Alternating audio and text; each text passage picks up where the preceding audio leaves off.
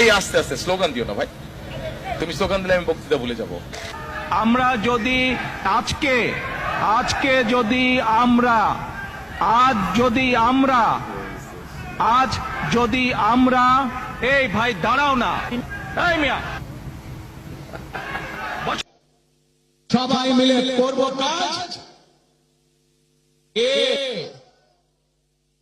ধরে আরো সবাই মিলে করব কাজ, করব আমাদের বাংলাদেশ।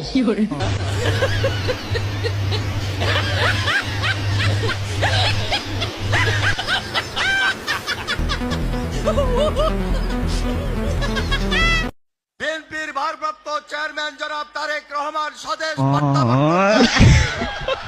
সংগ্রামী আহ্বায়ক, জাতীয় স্থায়ী কমিটির সম্মানিত সদস্য জনাব সালাউদ্দিন আহমেদের সামনে বক্তব্য রাখছেন। তারা বলছে তাদের এই আইডি নাকি ফেক আইডি হ্যাক